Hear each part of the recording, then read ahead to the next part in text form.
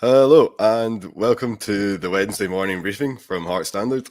I'm not Joel Sked, as the eagle-eyed viewers will have noticed, but thankfully I'm not being left on my Todd because we've got Scott McIntosh from Amoruso Lets It Run alongside us today. So how you doing, Scott? Yeah, I'm very well. Thanks very much for having me on, James. Oh, brilliant. No, it's great to have you on. I'm sure Hearts fans know all about yourself and your website. Obviously it's a great resource that I'm sure, requires no introduction, certainly, so yeah, I'm sure fans are very familiar with who you are. And today we're going to be looking back at the season so far. We'll have another morning briefing out on Friday for that one. Will be more focused on the derby. We'll be looking ahead to that specifically. And we've got a few things coming up on the site around about that as well. But until then, we're going to have a quick look back at the season so far. So I guess, Scott, we'll probably start with the management situation, which is obviously quite unusual. So we had Stephen Naismith was an interim charge for the last 7 games of last season. Then at that point, over the summer, Frankie McAvoy was named head coach because he has the required UEFA coaching badges in order to coach in Europe, and Naismith was technical director. And then during the most recent international break, once Hearts were eliminated from the Europa Conference League, we saw Naismith named head coach with McAvoy as his assistant. So it's been an unusual process, I think, to say the least. I guess what are your thoughts on it all, Scott? Do you think that in terms of the way the Hearts have gone about this and the way it's all been communicated, how do you think it's played out in the end? I think there's been quite a lot of sort of noise and analysis with regards to how it could have been handled differently. I think ultimately, though, the optics of it were always going to be determined by the results. So if we're doing well, no one really cares about what title everyone's got. I think most people, certainly within the circle of the Hearts support and within the club themselves, and ultimately the players, I think that's all that really matters. The players understood who was really in charge. So I think if the results had been a bit more positive, I really don't think, this story would have had much in terms of legs. But because the results haven't been, especially domestically, what we would have hoped for, given the run of fixtures we had at the start of the season, I think the optics were never going to look too clever. And it was going to be easy for people to sort of pinpoint that as a potential sort of issue. But I think ultimately it doesn't really matter too much. And thankfully, we can now sort of start with a bit of a clean slate now that everything's been sorted out and hopefully sort of move on from it. Yeah, no, I think you're right. I mean, I think I'm inclined to agree with you. I think, speaking to the players, speaking to Naismith in recent weeks, and, they all said the exact same thing, nothing's really changed in terms of the day-to-day stuff behind the scenes, So I think that, like you say, I think really results in the Park Row is going to determine it. When things are going well, everyone's happy, everyone's fine. But it's only when things start going wrong and people go, "Well, what's different? What are we doing differently?" And you go, "Well, that's the management situation." Yeah, so I think you're right. I think you're right. If it'd certainly be interesting if Hearts had made it past PAOK and made it into the Conference League. It'd be interesting to see what was going on then if it was still McAvoy. But you'd imagine it probably still would be at this point. And that's the thing. If they've got that result, then there's more positivity, and the question really doesn't get asked because everyone's quite happy that it seems to be working. I get that there was a couple of trivial concerns, in my opinion, regarding some of the interviews that were held. They probably, I think the club maybe dragged their heels a little bit in terms of sort of trying to provide a bit of clarity on it. And then it was maybe mismanaged a little bit in terms of how it was handled with the media. But I think they're all really trivial concerns. Again, as you've said, the players, whenever the players were interviewed, they all seem to be singing off the same hymn sheet. And I think that's ultimately what really matters. Yeah, just one last point I will make on this before we move on, but it's something that I've looked into and something that just fans might not be aware of is that in order to comply with like UEFA's media regulations pre and post match, it has to be the head coach that comes out for media duties for those games. So that's why we saw so much of Frankie McAvoy after those games, because of that. It has to be him. That's the rule. But anyway, we won't dwell on it for too much longer because I think there's more interesting things to talk about. Let's be honest.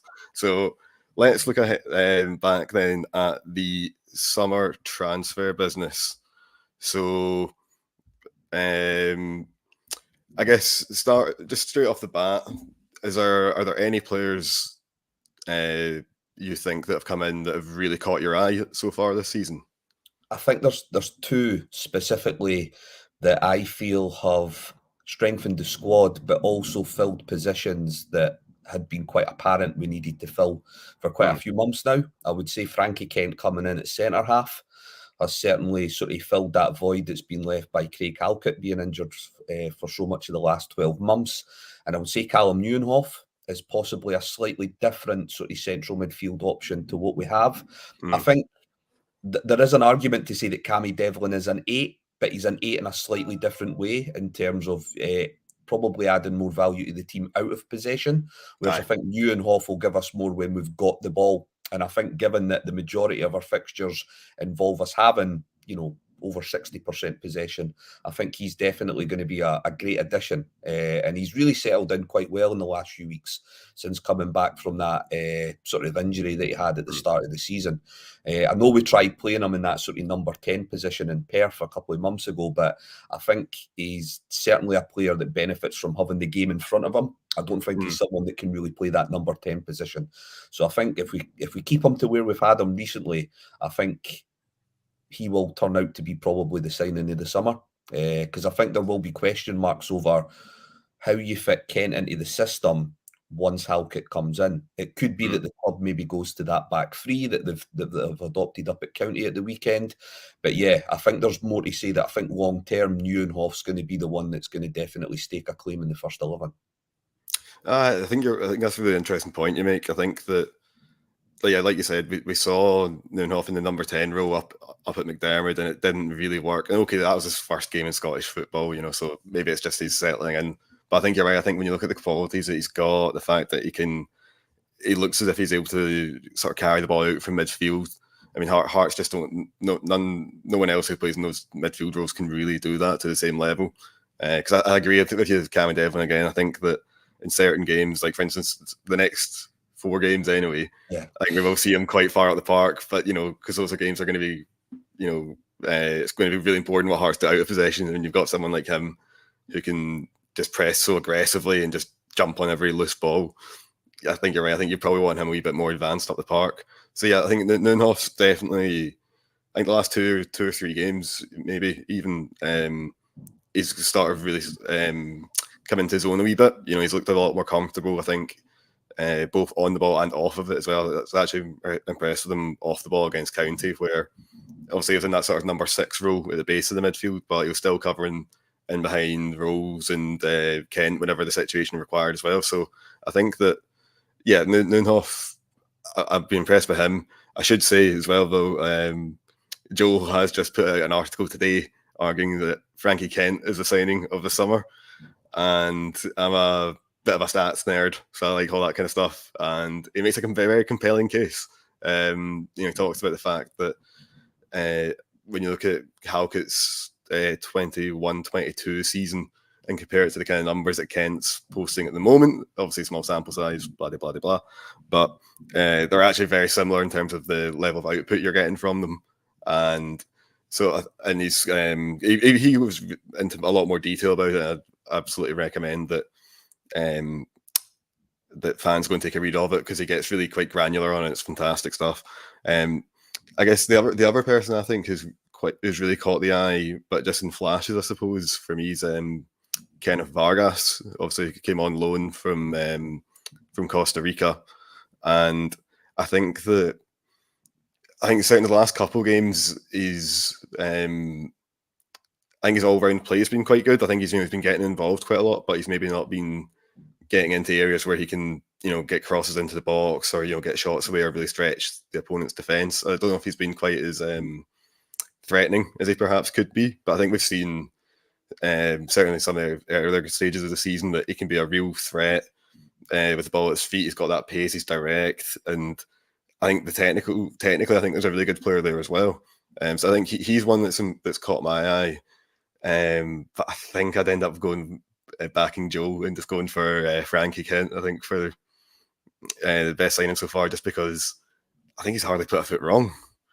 Yeah, no, I think that's a fair shout, and I think with me, I'm probably just looking too far ahead. You know, if you were to look at just basically on output over the last couple of months, I think it's very hard to argue the case against Frankie Kent.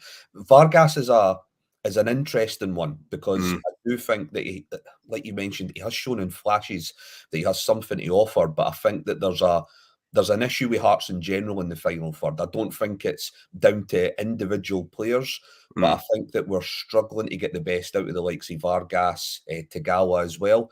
I think that playing against so many teams that adopt that low block, I'm not sure where the space is to mm, exploit these teams. And if you look at certain clips of these players when they were playing at their former clubs, a lot of their sort of impact comes from making runs from deep, but when the opposition have a sort of high line. And it's kind of similar to maybe the system that Hibs are adopting just now, where they've almost got Yuan and Boyle out wide, but they're the ones who are actually making those runs into the forward areas with mm. their two forwards then dropping deep. Because we're not really doing anything like that and pulling centre halves out of position, there's not really any sort of space for these guys to exploit. So I think, to be fair to the likes of Vargas and Tagawa, I can I can see the individual quality on Mm. paper of those players, but I'm not quite sure that they're fitting the system and the sort of patient control build up that the clubs seem to want to adopt now. Joe, I think that's an excellent point. I think that's a really good point. You're right. I think that there are some of these guys who've come in and are getting asked to do things where, let's face it, the team's not making life easy for them. Like you say, finding easy gaps in the final thirds. Especially if you're someone like Vargas who's got that pace to burn, you want to get in behind, and every game, but so you're playing against a team that've got 35% possession. So yeah, it's always going to be difficult. But I guess we touched on a wee bit there um the fact that Hearts' build-up play has struggled at times. At times, it's been ponderous on the ball. At times, they've had a lot of the ball and not known how to use it. So I guess let's talk a wee bit then about any causes for concern you've got from what the opening 2 months of the season. Obviously, so far we've had Hearts now occupy fourth place. Somehow that's happened after all this. That's a bit of a surprise when you check the league table. Obviously, there was knocked out in the playoff round of the Conference League by PAOK, and there is also a League Cup semi-final against Rangers to look forward to. So on paper, you think, well, that seems pretty good, but I don't know. Is there anything that you're seeing at the moment that gives you pause? I think there is still concern around our build-up play, and it's funny. Just before jumping on this morning, I did have a brief moment to catch up with an article that Barry Anderson had just posted up, where it was an interview with Stephen Naismith, and he was asking of patience. He says that we have to now accept that teams will be quite happy to play for a draw when they play against Hearts. I understand that, but I do think that he is guilty of potentially chasing trends when it Mm, comes to systems. And I don't think this is just Stephen Naismith. I think this is probably any sort of young manager who's trying to find his feet in the game and sort of develop his own brand. I think he's potentially guilty of looking at building his own brand as a manager and his own identity, and maybe not focusing on what Hearts fans want and potentially the club need in these types of mm, matches. And I do think that it's not that I don't want to see Hearts build for the back. I just want there to be another option and a bit more flexibility. I just mm, think that we need teams to now second guess us a lot more, and they're not. It's all too ponderous, it's too passive, and it's far too one dimensional. I don't have a problem with being one dimensional as long as it's effective, but it's mm, not at the moment. So I do think that we need to consider going from back to front a little bit more. We've done it in stages. Kilmarnock away was an example of that. I think the home ties in Europe as well. So I think when the occasion calls for it, I do think we do have the players and we seem to have the intent in place. But again, if you look at our bread and butter sort of domestic matches, I am concerned that we are going to fall foul of sort of dropping points in some of these matches throughout the season if this continues. mm. Uh, but but again, you've got to sort of, as they say, trust the process, and I think he deserves a little bit more trust after getting those two results away from home. Yeah, definitely. I think you're right. I mean, because obviously he spoke about after the St Mirren game. Naismith was speaking about the fact that he was happy that the next two games were away from home because then it gave the team a chance to really, kind of set the record straight immediately. And so they've done that, and with two well fought and well deserved wins. I think I guess I would argue maybe that maybe the county game at the weekend there, that did maybe show a flexibility with Naismith, because obviously we saw him change the system. I guess it was more the shape. Hearts still largely played the same, I suppose. But I was actually quite impressed with how like Naismith's in-game decisions and how Hearts managed the game. So I think when you sort of dig into the stats of it and all that kind of stuff, the kind of two glaring issues that were facing Hearts during the game were the fact that basically in the sort of number 10 role, they were getting afforded loads of time and space in the ball, but not using it properly. So that's on the left hand side in particular. So that's kind of where Aidan Denham was playing, where it was I think he was doing really well on the ball, but then that final pass, that cross, just wasn't quite there for him. And then the other problem as well was the fact that Offia on the right just wasn't getting forward enough. So they brought in Alan Forrest to stretch that. They brought Alex Lowry to occupy that space, and then obviously the goal's a perfect example of both of those things combining, in Hearts' favour. So I think the fact though that Naismith did change the shape from the start. Obviously, he switched to the back three during the Kilmarnock game, but I think that the fact that he started out from the get go in Dingwall, it does show a degree of flexibility there, which again, I think that can only be a good thing. I don't think you want someone who's quite rigidly tied to one way of playing, because that can then blow up in your face. Because like you say, there's going to be some games you're playing, teams at the bottom end of the league where you're going to have all of the ball. Then there's other games you're going to be playing Celtic or Rangers or Hibs where it's going to be a lot more up in the air and a lot more end-to-end. But yeah, so I think we can all see that the build-up play's been a problem. I mean, you look at Shanklin now, he's 7 games without a goal. That's the longest streak he's ever had since he came to the club. Goals haven't exactly, the team haven't exactly been goal-friendly recently. But I guess the flip side of that, of course, is that defensively, Hearts have looked pretty solid recently. I mean, as it stands, got the best defence in the league. Only conceded 3 goals this season in the league. Surely that's got to be a positive sign. It is, and if I'm being honest, I think the main reason why there hasn't been much praise given to that stat is possibly because this is where it all boils down to whether you're a glass half full or half empty type of supporter. I think most fans who saw how sort of proactive we were under Naismith for those 7 games, sort of after replacing Nielsen last season, they probably are a little bit disappointed that we haven't continued with that sort of cavalier approach. But I think Naismith sort of rightly pointed out himself during the summer that we were going to have to be a bit more rigid with set plays. We'd obviously been struggling in defending set plays last season. So he has fixed that, to be fair. I know that there's a complaint that comes with that, and there's a consequence that comes with that we're maybe inviting a bit too much pressure because we've got too many players and we tend to overload our own box. But, the stats would tend to dictate that it's been working up to this point. The defensive stats are good. But again, I think it's all this sort of optic stuff. I think there's still a little bit of a hangover for last season with the fans. And ultimately, although that's not all chiefly down to Naismith, he has the job of sort of winning those fans back round. And I would say up to this point, the results are starting to come in, and it's just a case of us starting to see a little bit more of what he wants to offer in terms of his team, in terms of intent and sort of shape, especially in the final third. Like you mentioned there with Shanklin, he's looked quite disengaged in a lot of games. He hasn't always dealt with that well. I think there's been certain occasions where he's become quite petulant on the pitch, and he's sort of let his frustration boil over. But it is fair to say that we're not getting players close enough to him. And it's becoming very, very apparent out with the Kilmarnock game that he is struggling with that. I suppose part of that it's got to be down to the fact that you've got these players out injured as well, though, right? I mean, obviously, the obvious one's probably someone like Barry Mackay, who, last season maybe wasn't his best in a Hearts jersey, but we know that he's exactly that kind of player who works well on tight wee spaces, has got that creativity and that vision to just quickly open up or spot a wee darting run in behind. I think that, he has been a big loss, but the injuries in general have obviously limited what Naismith's got available to him. We're just talking about defence there.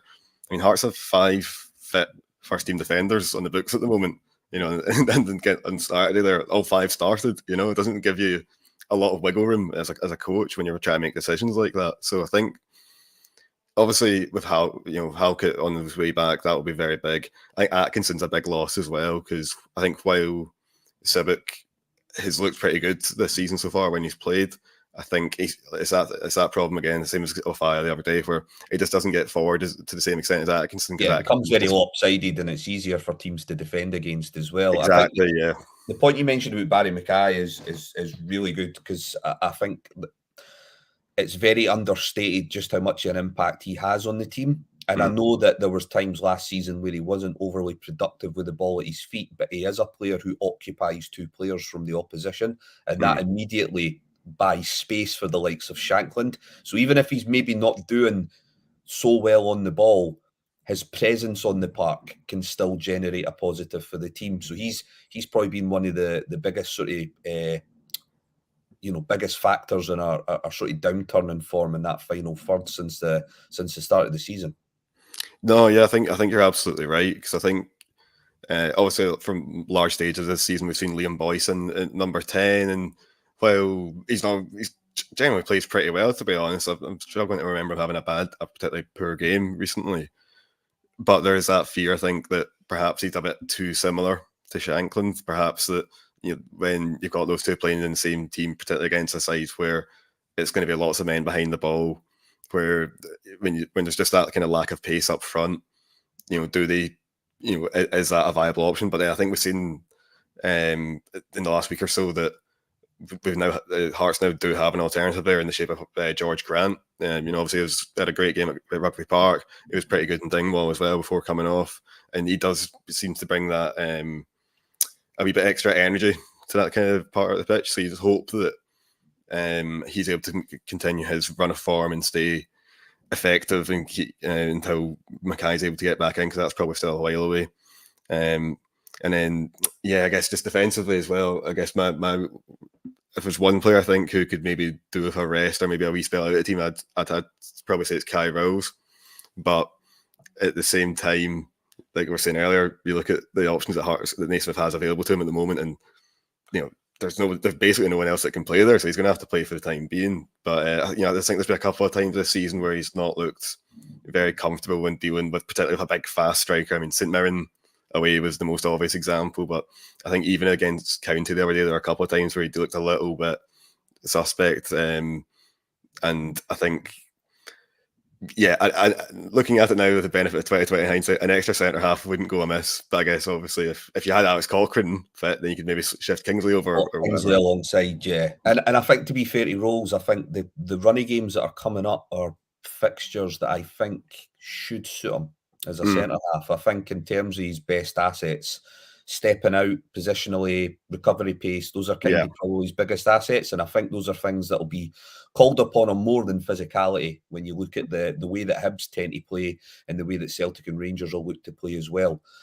So I think this could actually be quite a good run of games for him to maybe build up a bit of steam and maybe work on his confidence, which can maybe then transfer over into these more challenging fixtures. Yeah, no, I think that's an excellent point. I mean, we did see against, was it the Aberdeen game, where he looked brilliant. He looked back to his best, and it's just about trying to produce that more consistently, I suppose. So I guess we'll just, before we finish up, we'll just look ahead to the next few weeks. Obviously, there's a lot going on. There's an Edinburgh derby this weekend, Celtic, Rangers again in the Cup. So what are you hoping to see over the next few weeks? What are your expectations? Because obviously these are 4 massive games. I think the good thing is that the occasions will take care of themselves. So we don't have to rely on maybe pushing to be proactive from our end. I think the occasion will take care of that. We'll be playing teams who will be looking to also get on the front foot.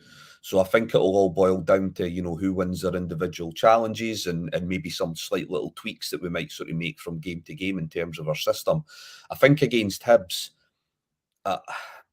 I'm confident if we go back to the flat back 4, I think we need to do that against Hibs. And the 3 certainly has its merits, and I think to get the best out of Rowles and Sibic, it probably is the preferred system as well.